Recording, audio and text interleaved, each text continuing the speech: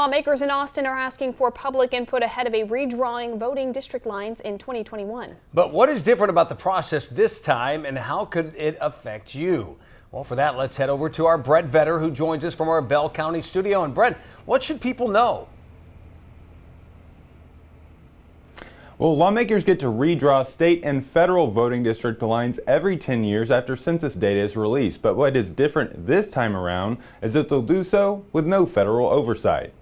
The hearings, the initial hearings on redistricting have already started, and those hearings have been very well attended. When it comes to redrawing voting district lines for 2021, A&M Central Texas professor Dr. Jeffrey Dixon says the stakes couldn't be higher. The representatives essentially get to draw their own districts if they're of the majority party and pick their own voters. Particularly in light of a June Supreme Court decision that barred challenges to partisan gerrymandering, something that had previously forced the state legislature to redraw lines in 2011 after a court ruled that Texas lawmakers had intentionally drawn lines to disadvantage racial minorities. So with no legal obstacle in sight, districts are likely to look even more discombobulated in 2021. For example, Austin, Texas is represented by 6 different districts. It's cut up into 6 districts, many of which have large rural areas attached to them, so that the Austin vote is diluted considerably. But the jury is still out on whether Republicans will be able to maintain unified control over district map making. Maybe because there's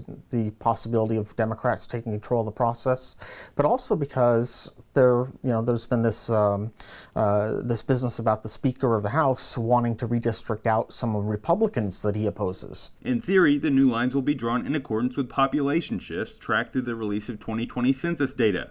But in reality, Dr. Dixon says it will all come down to politics. So yes, I do anticipate that this will affect Bell County.